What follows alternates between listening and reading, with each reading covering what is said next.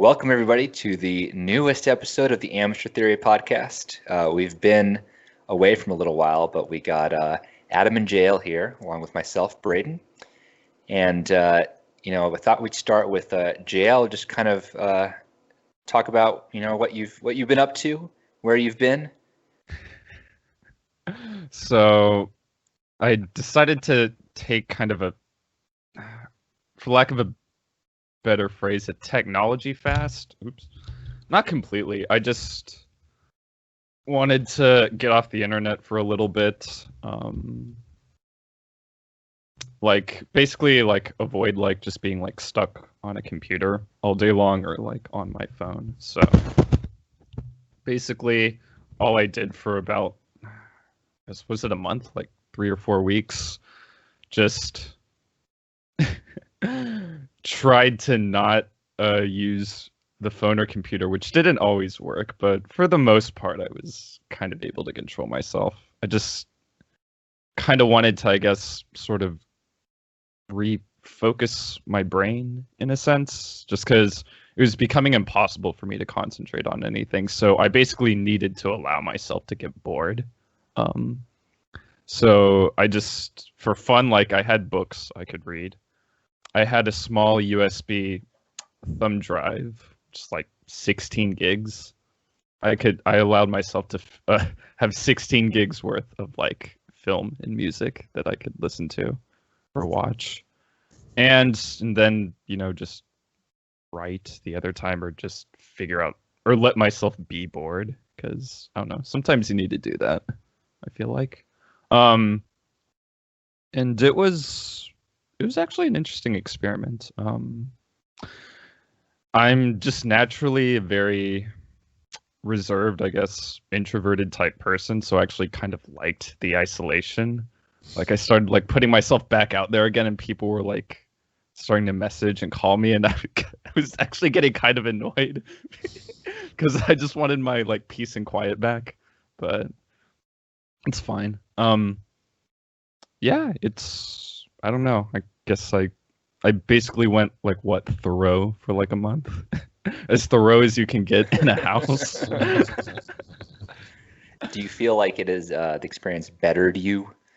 Or do you think you're maybe better attention span, or was it just kind of, do you feel different? Towards the end there, I actually kind of felt it, and then I started using the computer again, and I felt like it all went back to 2%. It did not take long to destroy it. All right, well, here's 2 questions. Would you do it again, and do you suggest other people doing it? Yeah, I'd actually do want to try it again. I absolutely would. And as for other people, if it's feasible, I mean, if I'm assuming for most people, you can't just completely cut yourself off from the world, but just, I don't know, I think recently people have been trying to cut out social media, tech, that kind of thing, which I do think is sort of good for you, just to not get so wrapped up in all these different sundry things coming at you, creating all this anxiety. Just, yeah, allow yourself to kind of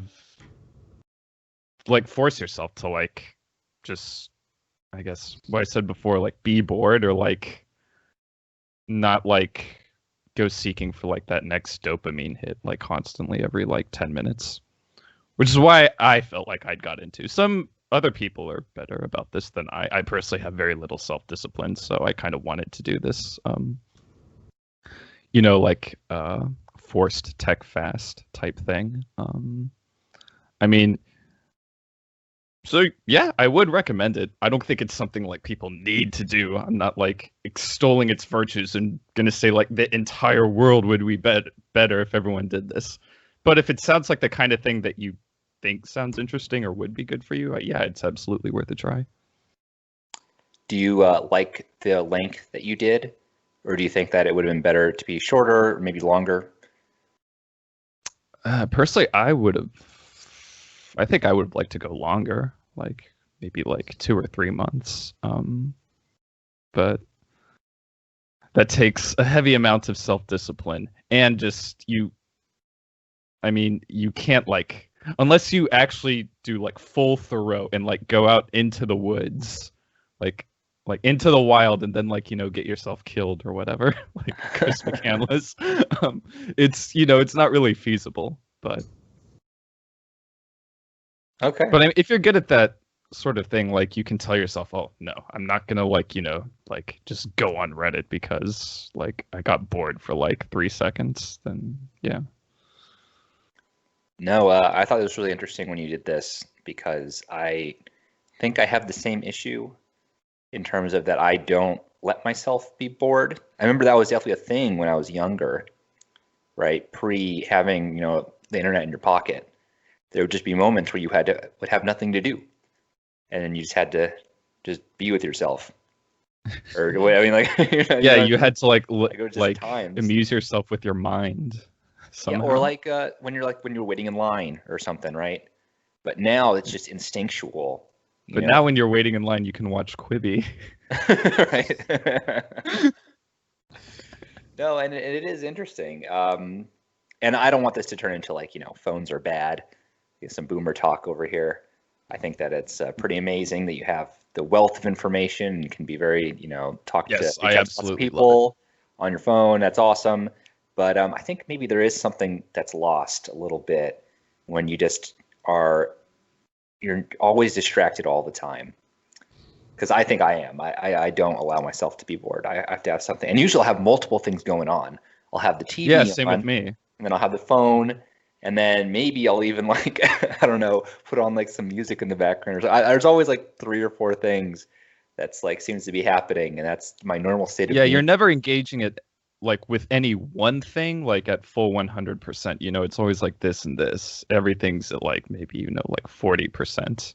And I think for something like a film or an album or a book, like you definitely appreciate it more and get something out of it if you're like 100% on it. Yeah, that's definitely true. Just if you're watching this, we're okay. You can always do the podcast. That doesn't count towards your things you're paying attention to. But other things, you never know. We're the equivalent of reading literature. No, but very, very cool experience. That is, I thought that was awesome, and I hope I asked Jail to talk about it on the podcast because I thought, maybe other people would be interested in, what that was like. But now moving on to, movies. That's what we do here. Started out with, a very big piece of news that came out recently. Warner Brothers is going to put every movie. Is it only 2021 or is it just like permanently 2021, now? I think. Okay. Yeah, it's what it established. All the movies are going to For HBO now. Max. Yeah, there's been some backlash. Christopher Nolan. Well, so they said they're like when a film yeah is released, it'll be simultaneously released in theaters and on the streaming service. Which, damn. Yeah, I know. What a deal. I know personally, and like I am an advocate for movie theaters. I don't think I'm going to see any of these movies in theaters. I think I'm probably going to watch all of them on streaming because I have HBO Max. I will absolutely go see Dune in theaters. Okay, fair enough. That's Dune, interesting. Yeah. Well, I mean, yeah, you pick the ones you like, right? The ones that are most interesting to you. What are the biggest ones? We got Wonder Woman, we got Dune, we got Kong versus Godzilla. Is there any other like really big one that I'm missing? Conjuring 3, I guess, is big. Maybe not that big. Yeah. No, I mean, if I can come up with a list. Big for horror. But I mean, this is an interesting experiment. I'm wondering, I don't know, I guess, how much money they're going to. Does Warner Brothers doesn't own HBO, right? They're different companies. Actually, I think maybe there is kind of a shared ownership aspect here.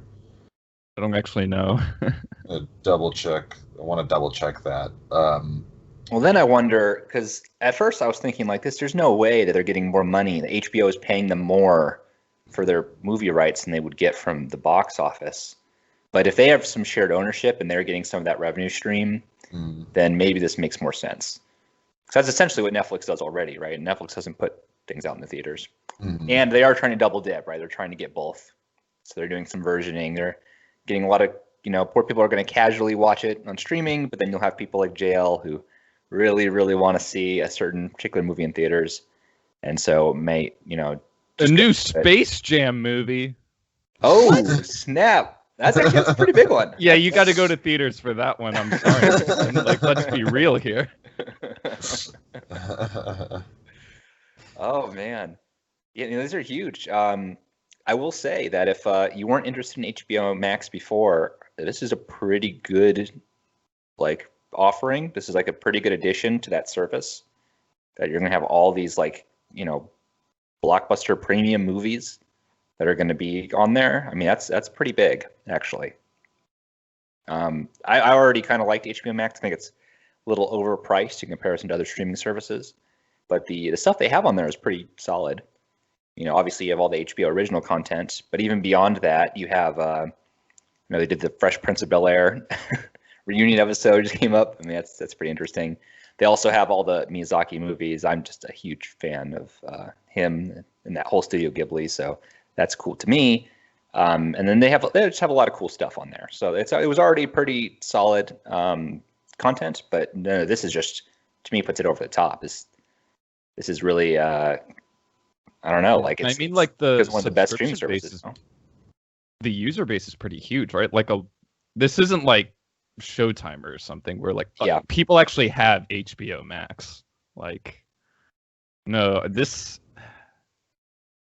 Yeah, theaters. I feel like we're at the end of an era. Awesome. Or maybe at the beginning of a new one. Actually, the era's already ended. But theaters. I have a hard time seeing them coming back from this. I think the biggest blow is Disney, because all the biggest blockbusters. I mean, it's weird to say this because at the same time that we're calling for the end of the movie theater industry, we've had record shattered movie grossing in the couple years prior, right, with Avengers and Star Wars and all these other huge franchises. So it's not like, movies weren't making money at the box office. They were making gangbusters. But it seems like more, I mean, if Disney is going to be really good about putting things on Disney Plus instead of in the home theater, and now Warner Bros, who's to say I don't know. It'll be interesting. Maybe we'll go back to the really old days where different movie studios would have their own theaters, that vertical integration. Oh my god! Go the whole studio system. So I just want to point out, I did a little bit of research while you were talking. I was listening to that. HBO is owned by Warner Media. So okay. So there absolutely is the opposite of a conflict of interest. The interest is converging essentially in doing this, right? And I think that this is worth pointing out that HBO Max was already big, but I want to think of this a little bit more than just what are the effects of movies, and instead look at what is the effect on HBO Max, because this is the streaming service now. Honestly, I think that this move by itself has. My prediction is that it's now HBO Max is now bigger than Netflix. I don't know if that will happen. I think it could happen. It's just we've heard about all these movies for a really, really long time, and it's all possible to see them all. 30 days at the release date on HBO Max. To me, it just seems like it's such a power move. It's I feel like this is the streaming service. What's the term? In conversation now, more than basically anywhere else. I know that Disney Plus was really, really ramping up as well, but I still feel I don't know. I feel like HBO Max has put itself on top with this move. We'll see if I'd be very, very surprised if anyone could truly dethrone Netflix at the top.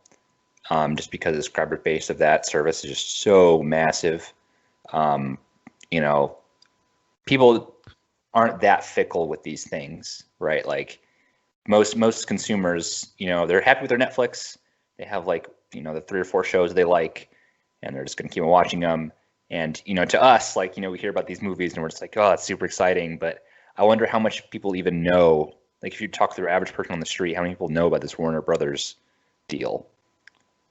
Like, actually, I don't know that.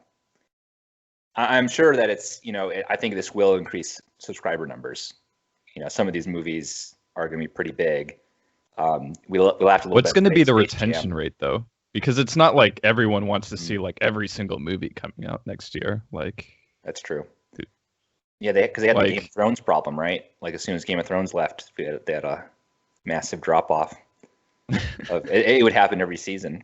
So I don't know. I'm actually not totally sure. I'd be very, very surprised if they become the #1 streaming service.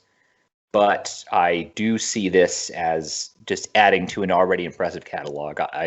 And HBO Max has had some rollout issues where like you couldn't get it on, you know, Amazon Prime sticks and like some other weirdness to have it. Everyone was confused about what it was because everyone had HBO Now, and then they were just like, what is this? But I think that this is definitely going to help cement the service with people. I don't know.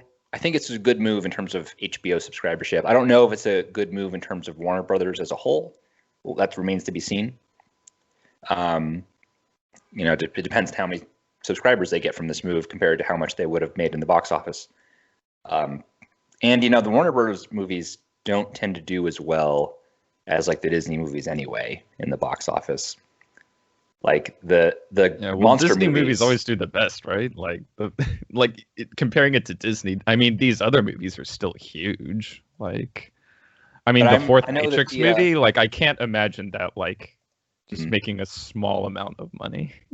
Well, like I'm thinking like Dune, if it did comparable numbers to say, I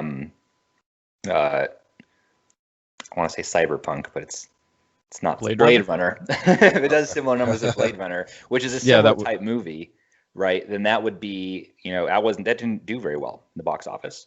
The monster movies, so Godzilla versus Kong, the previous ones, like the King Kong movie and the Godzilla movie, that didn't do that well either in the box office. The only like big hit here, they're probably the biggest one, was Wonder Woman, and I mean that was pretty successful. But I mean, that's one. Wait. What about Space Jam 2? Can we that had the potential address the Space Jam conundrum? I don't know about that one. That one, I mean, because you know it's a reboot of an old franchise, which can go one of two ways pretty easy, right? Like those things can flop. Oh, is it a reboot? Well, sort of. It might be a sequel. I think LeBron James is the main guy instead of Michael Jordan. I believe. I don't know all the specifics about Space Jam. I'm gonna watch it. Like I'm definitely gonna watch it. But I don't know all the specifics about it. But I mean, I'm just saying you're bringing back this old franchise, and I'm sure it would do some kind of numbers. Beloved old franchise. So I do want to say that I am right. I think you're making good points, and I don't think necessarily that I'm right, but like if that prediction turns out to be true, I think it will become true because of the diminishment of movie theaters.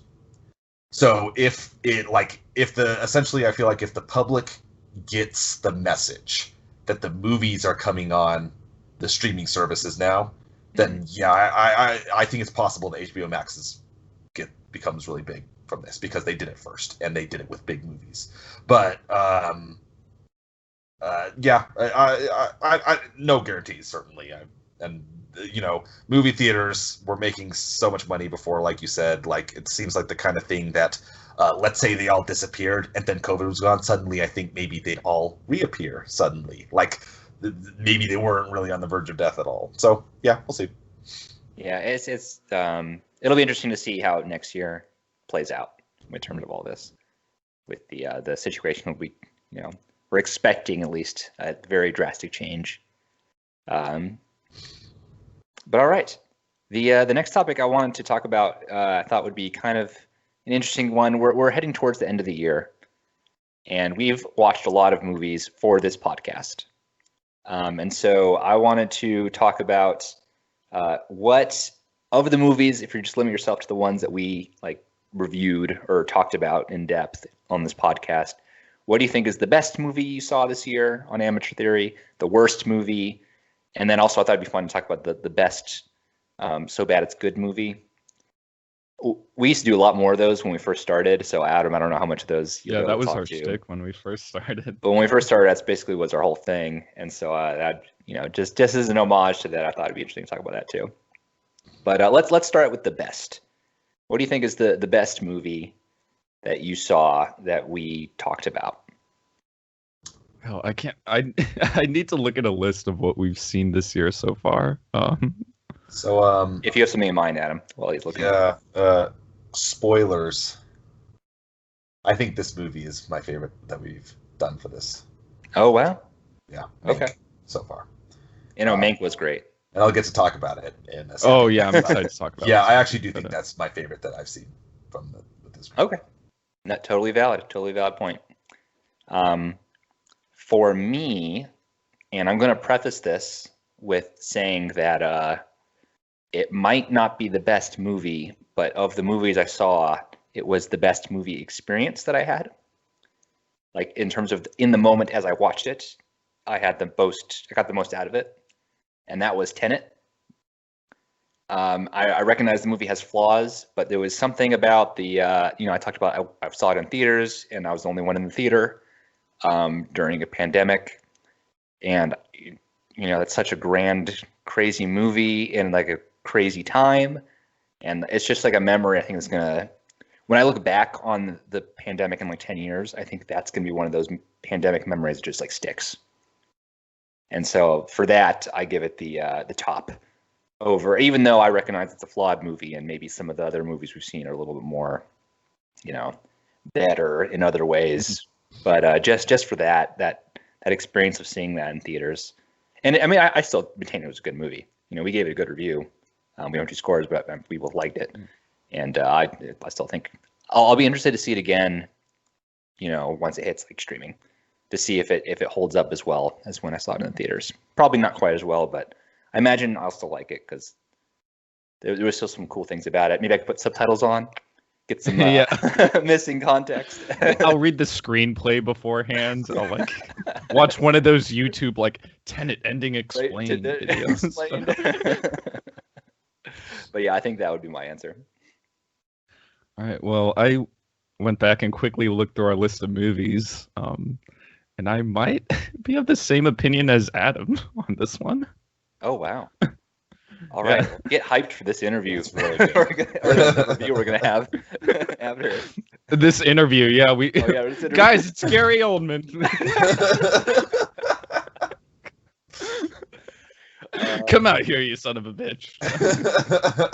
All right. Let's move on then to the worst movie that we've seen, and I can start with this one. Good. This is again one we saw pretty early on. I think I might know what you're going to say. Airbender is so horrible, and this is when we were like really doing the so bad they're good movies, and so some of those movies are pretty bad. Think like movies. We didn't do this one, but like think like The Room, kind of. And a lot of those movies would be bad, but at least they were like funny or entertainingly bad. Yeah. This is just horrible in every conceivable way. I was actually kind of like looking forward to, because I hadn't seen it since it came out in theaters. And I was looking forward to like kind of seeing it and being able to like, poke fun at things and, no, like it was such a struggle. I actually had to turn off the movie like multiple times to take a break from watching this. I think I might have done that too. No, yeah, I didn't watch it in one sitting. I think I had to split it in 2 viewings. It was so horrible. It's such a bland, boring mess. It's one of those like I feel like everything that could have gone wrong like went wrong. Like it's unbelievable. And then it hurts so much more that it's off a franchise that is actually like good. I mean, like that the show is obviously critically beloved and loved by tons of fans, and I love it. Like I think it's really good. But the movie just, man, it's so bad. Yeah, which I guess is kind of an achievement in itself. Like it's that bad. Like you gotta try. You gotta try pretty hard to get like that low. I don't know. Maybe.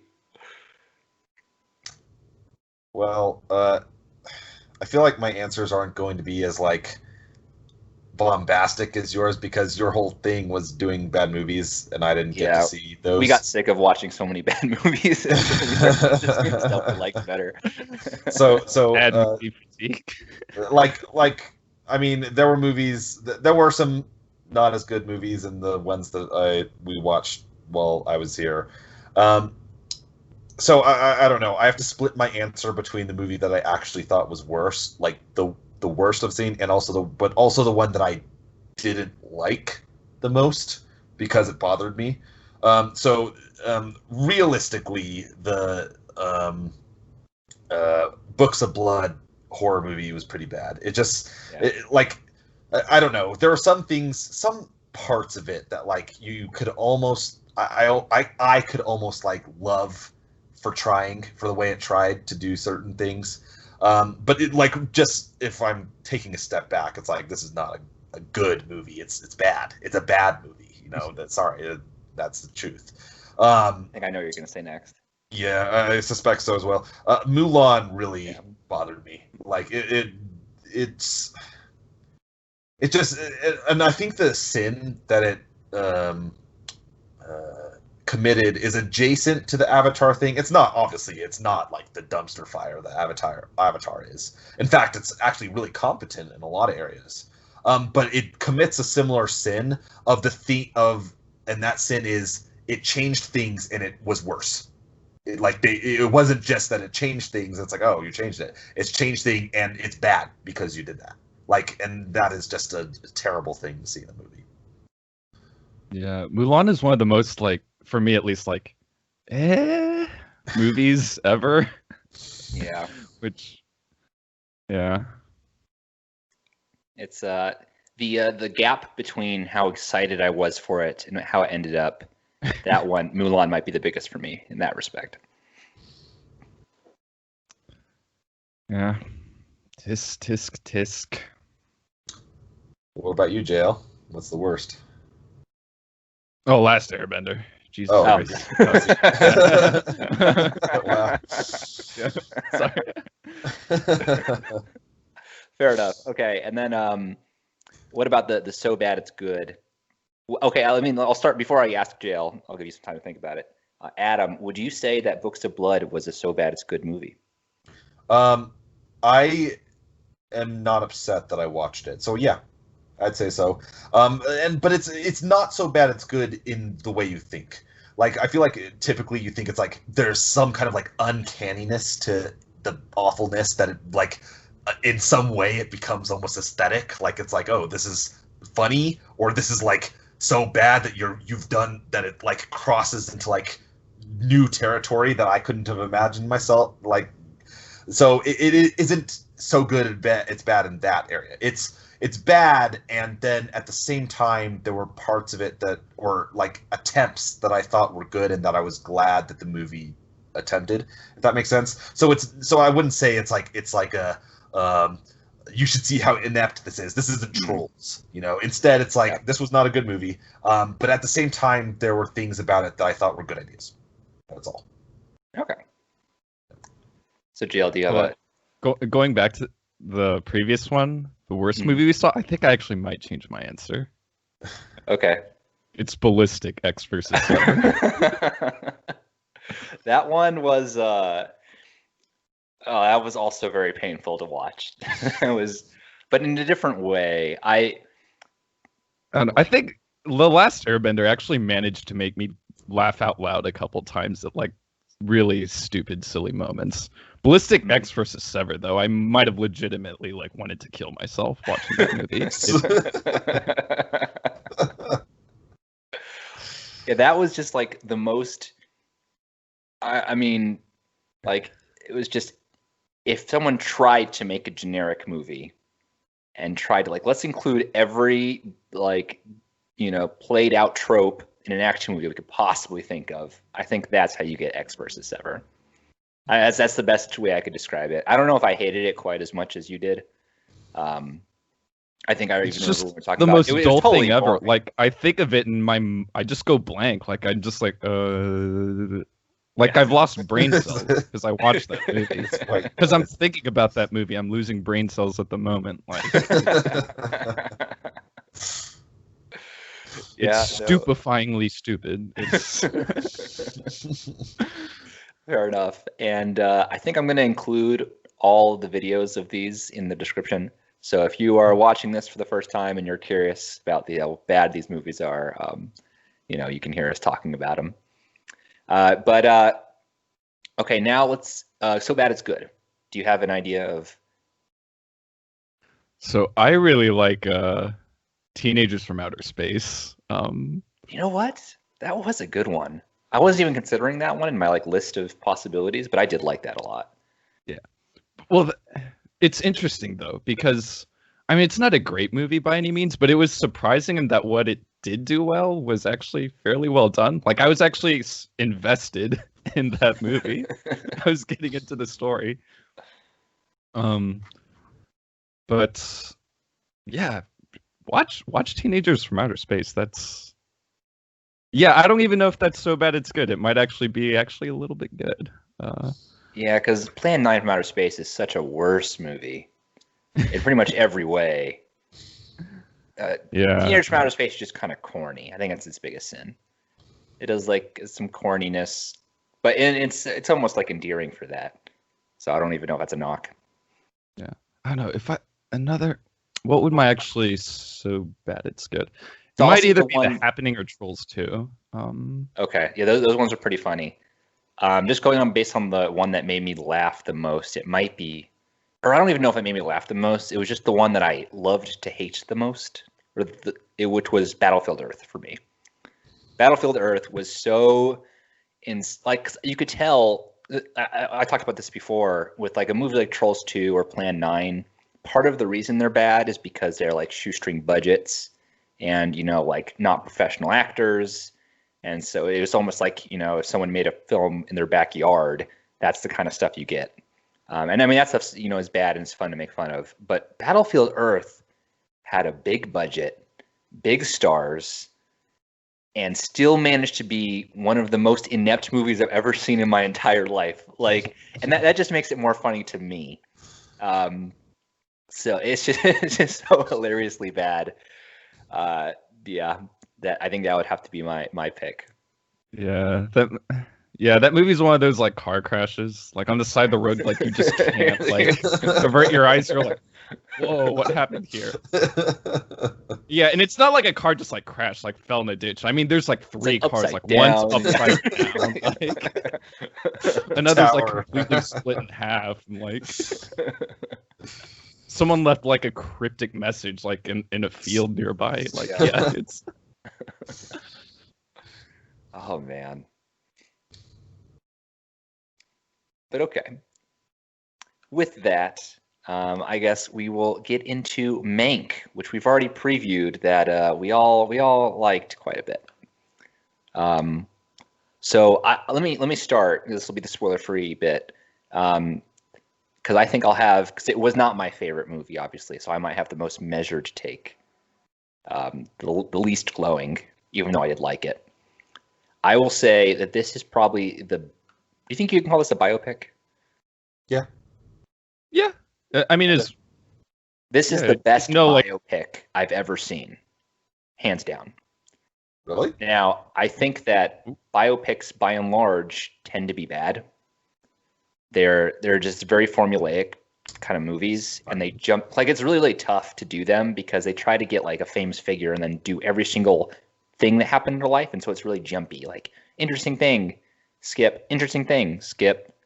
And there's not there's not they a try to cover story. Too much, they stretch themselves too thin. Yeah, that seems to be a big problem in a lot of biopics that I see, at least the ones that I'm thinking of. And so this is a lot more focused, which I really liked. And it was also, just a lot of the the effects and things were cool. The fact that they tried to make it look like an older movie. I think some of that stuff went over better than others. I liked the transitions a lot, like the fades, the grainy fades were really cool. I didn't so much like the little spots that would show up. They looked really fake to me and didn't add anything. I just thought it looked a little meh. But I mean, that's a minor complaint. And then the other criticism I would have of it is that at the beginning, I was having difficulty following what they were saying. Just because, they talk fast, they talk quips, and it's kind of like a different style of speaking. Because, it's that old timey. Once you kind of settle into the movie, I think you kind of like immerse yourself in it, and it start to make more sense out of it, and then it gets better. But it did kind of turn me off. I remember the first 5 minutes of the movie, I was thinking I'm not gonna like this. And that was the reason. I was just I can barely understand. And it's also the movie is nonlinear, so it was just really confusing at first. But then it didn't take very long for me to get it. And once I did, I ended up really loving it. So those are my critiques, I guess. Yeah. And everything else is amazing. All right, good day, everyone. Let's go home. Yeah, do you guys want to talk about exactly what you like? Oh, yeah. Well, the technical achievements in this film are amazing. Well, first of all, this movie came out on Netflix, and it's just a movie where people just it's not an action movie or anything. It's just people talking. But I watching it. I was thinking this would be cool to see on a big screen. I actually loved how this movie looks. The cinematography is fantastic. And really quick, just because a lot of people watching might not know what this movie is, Mank is a biopic of the writer of Citizen Kane. And it's kind of like the story of how he came to write that movie. Yeah, I didn't really know much about anything about Mank or the Citizen Kane writing controversy before I saw this movie. I just saw new David Fincher movie. It's coming out on Netflix. I can just watch it. And Gary Oldman's in it. So yeah. So I don't know how much of this movie is truth, fiction. And to be honest, I don't really actually care that much. Just like the movie. Yeah, there's always, I think, kind of been a controversy about the writing credits for the Citizen Kane screenplay. But it's always been attributed to Orson Welles and Herman Mankiewicz. But anyway, yeah, this movie, I guess, portrays the notion of him basically writing the whole thing, or at least the entire first draft. Yeah. But the movie's, it does the flashback thing where you have one part is him actually writing the script confined in some ranch in the California desert, and then it's interspersed with flashbacks throughout his life that may or may not influence his experience into the story. But yeah, fantastic looking movie. Like I said, I wish I could have seen this in theaters. The performances are great. I mean, it's Gary Oldman. I always expect great things from him, and he does not let me down in this movie. Actually, I love his portrayal of Mank in this movie. I think that's one of the reasons why I like the movie so much. I just like watching Mank. He's such an interesting character. I mean, he's witty, charming, but he's, got his faults because he's just a really compulsive gambler and drunkard, but also a genius, and just every almost line of dialogue feels there's a little bit of wit there. I love the screenplay to this film. The story behind the movie, and it was written by David Finch's dad in the 90s, I guess. And so it's something that I guess he's wanted to make for a long time and finally got the green light for. I think that's just a whole fun tidbit. Yeah, because the screenplay has been around for a while, I think. But yeah, sorry. Oh no, I'm sorry. I didn't mean to interrupt. I also wanted to kind of bring attention to the screenplay. Not gonna bring up spoilers at this portion yet, but what I will say is that this is a film about a screen writer, right? This is someone who writes the screenplay, and I just thought it was so I don't know. There was something kind of like beautiful, I guess, in the way that the expertise of this script was showing this script writer. I mean, it felt like it was like a homage to the art that that you're doing. And so like it just that like thought like never left me as I was watching the movie, and like I was just surprised at like the just how clever like the writing of this movie was to depict this really clever man who was writing a very clever script for some people think the best movie of all time, right? So I don't know, I absolutely loved it. Kind of a sidebar. Have you guys both seen Citizen Kane? I assume. Yeah. I actually watched this movie, then I watched Citizen Kane, then I watched Mank again. I mean, I'd seen Citizen Kane before, but I decided to give it another rewatch after watching this. Okay. All right, have you seen it, Adam? So I'm going to say yes, but technically I missed some of it. Okay. But most of it I've seen. Because I remember I've only seen it once, and I remember when I watched it, I was thinking like, this is the most overrated movie I've ever seen in my entire life. Like I remember coming out of it because it's hyped up to be one of the greatest movies of all time. Like a lot of people say that, and I remember just coming out of it thinking like, not really caring for the movie. And I didn't think it was terrible, but definitely not anything close to the greatest, even among older films. But now I kind of want to give it a rewatch after having seen this. I think part of the issue that I might not have appreciated before is I didn't know all the context behind, the like I knew about what's his name? The yellow journalism guy. William Randolph Hearst. Yeah, like I knew of him. I learned about him in history class, but I guess I didn't really make the connection that he was what the movie was about. And I certainly, and so like maybe maybe in a rewatch I'd appreciate it more. It's been a while since I've seen that movie, So I'd be curious to see how my opinion changes. You should watch it again. Citizen Kane owns. But all right. Yeah, this movie, I mean, performances are great. Visually, it's great. Screenplay's great. Like, I like how the screenplay itself feels like kind of an old movie. Like, it's just got that, like, snappy, like, witty dialogue throughout the whole thing. I think might be my favorite movie I've seen so far this year. That's come out this year. Mm. And to like be fair, there's only like 5 2020 movies I've seen. Like, but this, I don't know. It's just such an entrancing movie. Like, I've watched it twice now, and every time I turned it on, like I just like got sucked into it. Like it's like mesmerizing almost. Like it's so freely like floats along. Like you kind of like just gently like drift with it. I feel like. Highly recommend it. Watch it.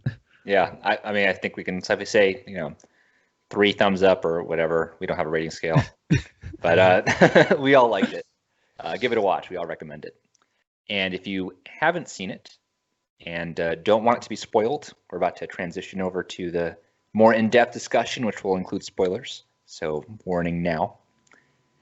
But I guess, to start off, one thing that I thought was interesting that I kind of didn't catch on to until the end, kind of had to spell it out for me. Actually, there was a lot of things in this movie where like I was appreciating something, but then they would say it, like they would talk about him writing non-linear scripts and how like the audience wouldn't get it or whatever. And like, that's what you're doing. You're writing the non-linear script. And I was like, cool. But one thing that I liked was that we really got sucked into the personality of Mank, in that the amount of screen time characters would get seemed to be based truly on like the attention he would give them. So like they mentioned, right, they're like, you don't even take care of the kid.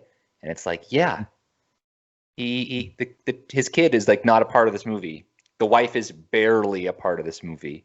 And that's because that's Mank's life. Like, Mank is not a family man. He is obsessed with work, and work is what he does. And so that's what we see. And I thought that was like a little cool touch. Among many Yeah. cool touches in this movie. No, yeah, I didn't get everything on my first watch too, because I actually kind of had the same problem you did, where at first I was like, what are they saying? But yeah, you get over that problem easily. But then I watched Citizen Kane again, and then I went back and watched this movie with subtitles actually. And like I already loved the movie the first time I saw it, but the second time I still appreciated it even more, I think, because I was like picking up on things, and I was like, How did it compare to Citizen okay. Kane? Hmm? How did it compare to Sorry? Citizen Kane? What's the better movie? I personally like Mank better, I think. I mean, just Mank feels it has a more, like, I guess, modern sensibility, which I just like, kind of. Yeah. I mean, I yeah. don't think there's anything wrong with the 1940s movie being not your favorite. Yeah. I mean, Citizen Kane is still great, I think. Actually, the first time I saw it, too, I was kind of like, what's the big deal? But this time around, I was, like, paying attention more to other things. But then, and I think that helped me appreciate the movie more, because, like, the first time I watched it, I don't think I was really paying attention that much to the visuals. But this time around in Citizen Kane, I was like, holy shit, like, there's amazing cinematography in this movie. Like, the mise en scène is fantastic at some parts. Did the script writing in Citizen Kane feel similar to Mank? Like, how similar was like the transitions and things, like all that stuff? Was that just like an homage to old movies, or was that an homage to Citizen Kane? I was actually really curious about that. Well, I think Citizen Kane was pretty influential in that, like, that movie is told through the story of flashbacks. Like, Right.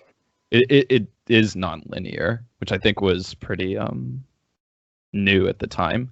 And I caught that parallel kind of too with this movie, because it's Mank, but it's flashbacks to his life. That's how the story unfolds while he's writing the script. Ecks' I think script writing, that was, even though it seemed so, like, that was actually the main story of the movie, was him in his bed writing the script. And yet, like, I liked those scenes, and it was always interesting when, like, the main story picked up. But, like, if you had just spliced those bits together, it's not much of a movie. Like, the context makes it. And it's interesting that, like, it's what would not be an interesting thing with context becomes really, really interesting. I don't know. I thought that the dialogue was so good that, like, they probably could have just shown me those bad scenes, and I'd be like, thank you for letting me hang out with you. So, like,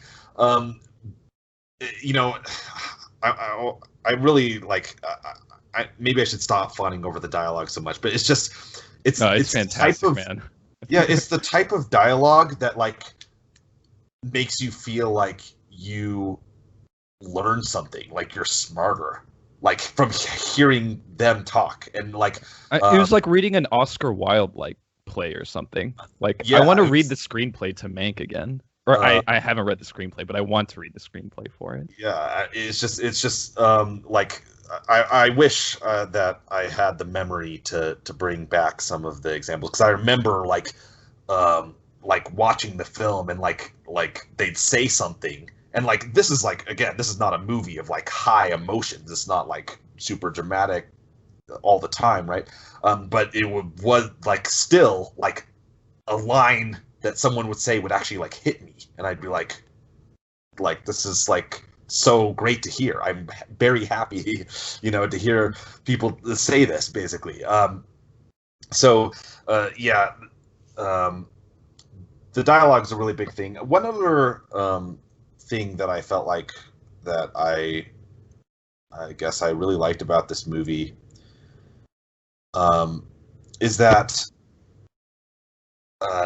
and I think this is kind of related to the difference between Citizen Kane, because what I remember, I mostly saw the more than the later half of Citizen Kane when I was watching it. And no, I wouldn't say the dialogue is especially similar based on what I remember of that movie. But I think that part of the reason for that is that the point of that movie is to follow the tragic figure of this newspaper magnate, right? And the purpose of this movie is to follow Mank. And I haven't done a lot of research, I will concede, but I imagine that maybe this is how people saw Mank. Like, this is the impression that person gave to the people around him, right? So I mean, it's true that we talked about biopic, and it just occurred to me that I didn't think to question how fictional this story is. Some of it, just I suspect, actually, in retrospect, probably, definitely. Well, no one was in the room with him, right? So yeah. Well, except for the secretary, Rita Alexander.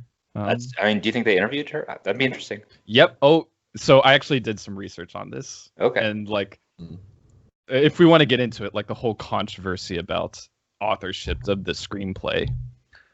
So basically, I think what kind of bumped up the controversy was I want to say like 71, Pauline Kael wrote a very long essay called Raising Cain, where basically she kind of just lambasts Orson Welles and raises up Mank as like the sole author, like hero of the screenplay. And she, like, the actual secretary, Rita Alexander, the British woman in the movie, I think she was interviewed and she said that Orson Welles, like, or every single like line in the shooting script was a line like that Mankiewicz wrote. But then there's other people who contest that. They'd say it was like, well, then like, what are all the lines I wrote for Orson Welles saying, like his like secretary or whatever. And so that essay, I think, released a lot of controversy. And nowadays, I think I don't know if people actually take it too seriously. I think it's kind of been like debunked or whatever. But yeah, there was a lot of like people were there, I think, with Mank. Like he did, I think, actually like dictate it. But everyone seems to have differing opinions about what truly happened or not. So yeah, but I mean, like, I count this movie as pretty much fictional, but I've always done that with biopics. I never watch a biopic and think like I'm getting like the true story. Like, to me, it's just a movie that happens to be based on someone. Yeah, and I've always it has to be dramatized. Yeah, and I've always been of the opinion for like biopics or like movies like that, like you should never ever let the truth get in the way of a good narrative. So yeah, no, I mean, fair enough. They're movies, they're not documentaries. If you want to make that, make that. One other small thing I kind of want to bring attention to that I thought was another, because like I said, this is a movie that is enjoyable kind of on a meta level of like commenting on its own art. And I thought that one other kind of like moment of that I thought was really cool was the way that stories are kind of used to convey a moment. In just in life, that's kind of like a theme, so it's applicable in life as well. But I mean, like, that it's something the movie's kind of pushing, because like he drunkenly gives this kind of like narrative of her life, and then all of a sudden tables turn, as they do. Like, characters suddenly that don't look like they're in power suddenly have power. That happens all the time, right? And so now then William Hurst kind of turns the table around and gives him his own story, which is just like this really simple like parable of the monkey, which obviously is supposed to represent him. And so I just thought it was like fun to see at the end. It's like, this is Mank's response to that. He has to turn, William Randolph Hearst's story. He has to do his little parable for him and what he amounts to, which is just that kind of sad, And so I don't know. At that level, I also wanted to point out that was really enjoyable and beautiful. I did also appreciate, because this movie has a bit of a political aspect to it, how relevant it was. Like, which I think it's kind of a pertinent movie. It's hard times these days. There's socialists running And then there's the Republicans trying to use fake news to distort voters' perceptions. And so I kind of appreciate how prescient that was. And also, it just like kind of struck me how nothing's changed. We're just same old, I guess. I don't know. Yeah. I like how they actually kind of like show Upton Sinclair at one point from like afar. Yeah, and it's Bill Nye. I knew his voice. I could not place it. I was like, it's like, what? Who's speaking? Like, what? Where have I heard this like voice before? Okay. I just love the idea of Bill Nye as Upton. That's really weird. Okay. Yeah, but performances in this movie, I thought like Gary Oldman did a fantastic job, but it just wasn't just him. Like Amanda Seyfried as Marion Davies, is that her name? It was great. I love her Brooklyn accent. I actually really like, I can't remember his name, the dude that actually played William Randolph Hearst. I mean, he's not in the movie a lot, but when he is, he has a very kind of like, I don't know, I want to say towering presence. It's very felt like. Yeah, I don't remember. I know I recognize the actor, but I tend to like him. I just can't think of a single movie right now off the top of my head. But I know that I've seen him before, and he always plays this kind of like, I think he plays bad guys a lot. But he does it well. He's good at it, at being like the rich and powerful kind of guy. Yeah, I mean, this is the thing though. So we obviously very much like the movie. Do you think this could be a movie for like everyone though? Like I could see people like not getting or liking this movie. I think it helps if you are. This is definitely a movie for movie people. Like if you're into the idea this of kind film, of feels like one of those like films for like critics. Like I haven't looked at the Rotten Tomatoes score, but I bet you the critics score is higher than the audience score. Maybe not a lot, but I bet you it'll be higher. I'm gonna look it up. I think that's a pretty safe bet. Yeah, I mean, there's a certain kind of movie watcher, and I don't want to make any judgments about this because, like, I don't think there's anything wrong with being a casual movie watcher. Like, there's no right way to watch movies. But like, if you're more into movies for like the spectacle of them, then there's still some things I like about this movie just because it is kind of cool. You know, it's the old timey look, but that might not appeal to everybody. You know, there's a reason that's not the norm. So like, you know, if you're just into the latest Marvel movie, then maybe this might not be for you. And again, there's nothing wrong with that, but I could see this being more for a bit of a particular niche audience. Yeah, and I don't know if this is exactly necessary, but like having like some knowledge of like early Hollywood and how that worked, and like Citizen Kane itself, I think does help you appreciate the movie more. It's not strictly needed, but it's I think the movie is kind of made for like people who are into that, who actually it's for critics. This is if you're the kind of person that likes Citizen Kane, you're probably gonna like this movie too. I think it's a good way to put it. And I mean, like, if you know, we're describing it, and you know, it sounds interesting to you, but you don't think you are the kind of person who cares about old movies, like, don't let that put you off. This is an interesting enough drama of the story to be interesting, even without all the surrounding historical stuff. You know, his wife kind of calls him out on it. He gets into a lot of emotional affairs. So he's not a cheater. Like he doesn't actually like. He doesn't sleep around, but he like, right. But like he ignores his wife while getting very intimately close, friendship wise, I guess you'd say, with you know, the women around him, and so that creates for some kind of interesting dynamics. And then, you know, obviously there's the political element, so there's some political drama, and yeah, there's stuff to enjoy. even beyond the, it's this movie is not a history lesson about the 1940s and 1930s. That stuff is there, and I love history, so that was super interesting to me. But that's not necessary for your enjoyment. Yeah. But okay, so you get the critic score on Rotten Tomatoes 87%, audience score 72%. Okay. Good enough. Amateur theory score 9,000%.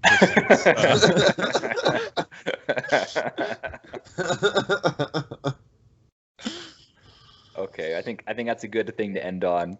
9,000%. I was gonna make it's over 9,000. I don't think I need to play it out. Number. But we can end like we always do. What we've been watching. I'll start because I have been completely hooked on Cobra Kai. I've already seen the first 2 seasons. If you're not familiar with that, it is a sequel show to The Karate Kid, and it is way better than it has any right to be. But it is so good. I'm so into it. The newest season 3, is coming out in January, and I couldn't be more excited for it. I can't even remember the last time I've been into a show like this much. Okay, so I've never seen The Karate Kid. Do you need to watch those movies before watching Cobra Kai? You don't need to. They are self-contained stories, but I imagine the context helps out a bit. Yeah, and I like what there's a lot of flashback scenes, which are just scenes from the movie, so it gives you all the context you need. But I mean, they're both on Netflix, so why not, right? And even if you haven't seen The Karate Kid, you probably know enough.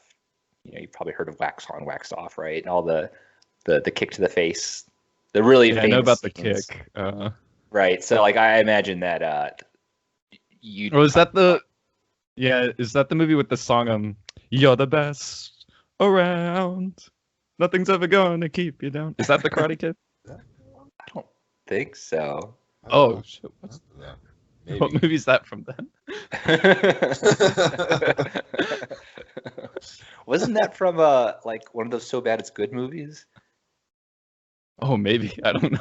Oh, there was some kung fu movie that I think that's from. I can't. It's like a really bad 80s movie that's hilarious. I can't think of what it's called. I think if I'm thinking of the right song and the right movie, I don't know. Anyway, yeah, maybe I just sung it so bad that you're thinking of a different song. Let's see. I'm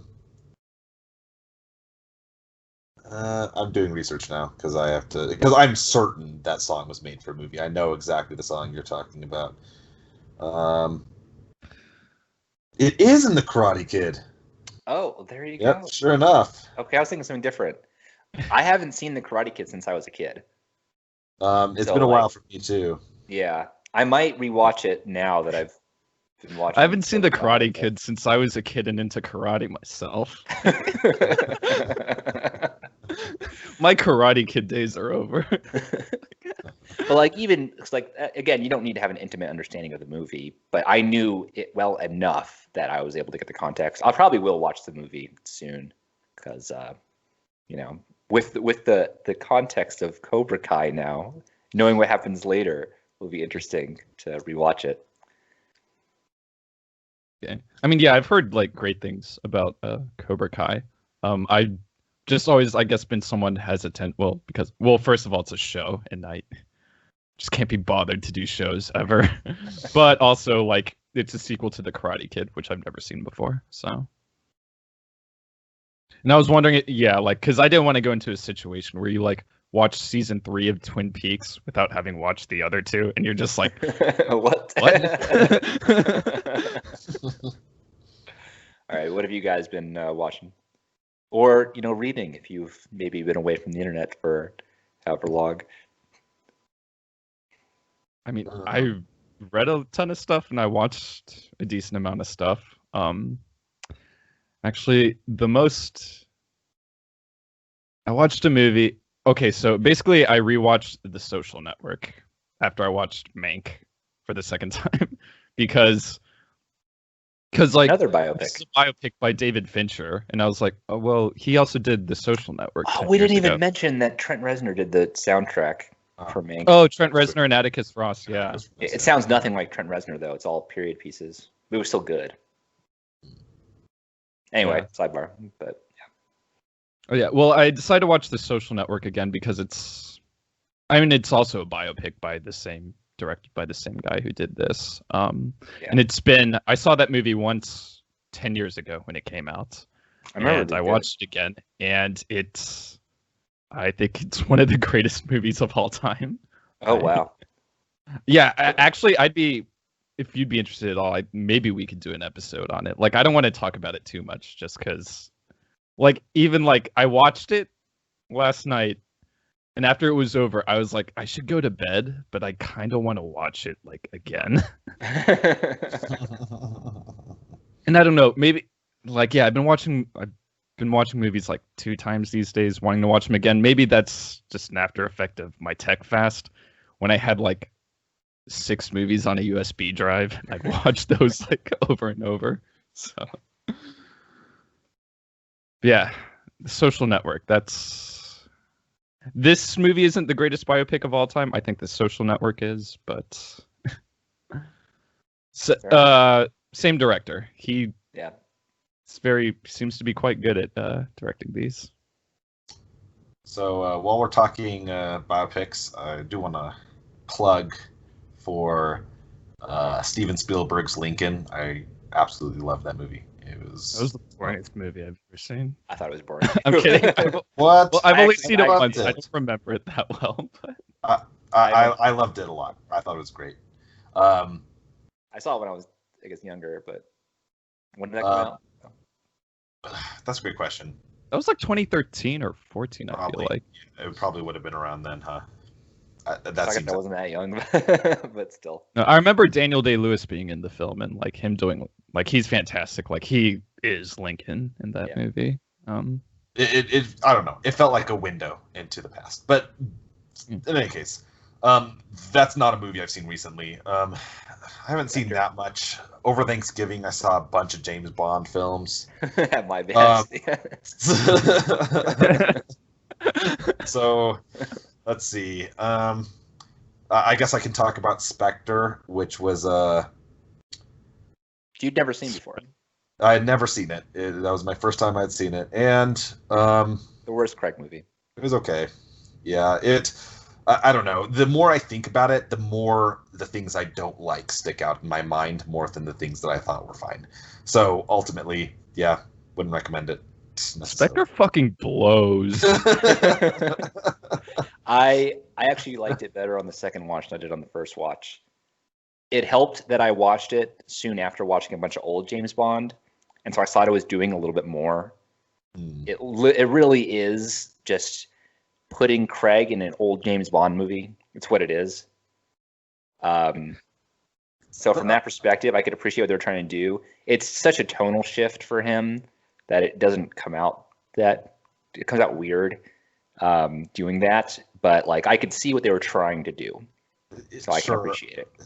I guess I highly doubt we're going to do a video on that movie, so I'll talk about it a little bit. But essentially, my big issue is like the whole point of the Daniel Craig movies is to update that series, right? So why would you keep the villain so lame? Just like truly some of the lamest villain work I have ever seen in a James Bond movie. Which is crazy because it's a good actor. I know. He's like my favorite villain he was ever. wasted. He plays the very best villains. And they neutered this guy. I couldn't believe just like how like piss poor the villain in this Again, film. they made him like a classic James Bond villain. And that's my point. Is like why did they bring back Blofeld? Why did they bring back the Spectre organization? Like well, it's like they brought back those things, and then it was the lame version from the past, like when it was lame. I don't know. I can't. The more I think about the movie, the more I think like I don't. Don't they do the thing where he's like, I've secretly been behind everything the entire time? Okay. All right. Okay. Yeah. Fine. If you do that, make him very formidable. Don't like make him be like a big bad guy now from now on, like he was in the original movies. If was really that guy that was behind everything, but don't have him just like be defeated at the end. Imagine thinking that guy was behind how do you pronounce his name? Bardem's villain. Like he was the mastermind there. Like, come on. Like That's true. Okay, all sorry. of the bad guys in all the previous Craig movies were more like menacing than this. I know. Really was. And also, this movie just went on for way too long. Like, I actually you gave feel it a little bit more on the second watch for that. This is the thing. I only saw the movie once back when it came out. I feel like if I watched it again, I would probably like it more just because I have lower standards. All I remember are the negative feelings I have. Like, I'm gonna go with this is the worst. I'm gonna be like, okay, it's not that bad. The opening scene is one of the coolest opening scenes for a Bond movie. I agree. Day of the Dead thing. That was really cool. Yeah, I remember that. I don't know. There were some good things. There were some things. Actually, I would say that the whole first half of the movie was great. Actually, like the first half of the movie is like classic Craig Bond, amazing. And then as soon as they introduce Blofeld, it just kind of goes downhill from there. But up to that point, if the movie had ended when like the base exploded the first time, then I would have come out being like, that was good. And I will concede, I did actually really feel the classic Bond feeling when James Bond and when James Bond was in Blofeld's base, just walking around, like conversing with his villain. That did feel like a very James Bond kind of moment, something that like really felt classic but I don't know, everything after that part was just, and then especially the revelation inside was like, this is cool, and you feel it like becoming lamer just like as it goes on. It's kind of I don't know. Dude, I was checking my watch. I never do this in movies, or in the theater at least. Like I like to like just I'll be like, I'll watch it. This movie, I was like, I'm like, it's only been like an hour and 40 minutes. It felt like it's been like 2.5 so far. Like, all right. Well, I guess it's my favorite Bond movie. I love it. All right. Well, thank you for listening. This has been the Amateur Theory Podcast. If you like what you heard, please give us a like, a subscribe. You can give us a comment if you have any movies that you think would be interesting for us to watch. We also have an email address, amateurtheory@yahoo.com, if you want to send us any suggestions. And we're also on Spotify, Apple. Check us out. And until next time. All right. Until next time, everybody. See ya.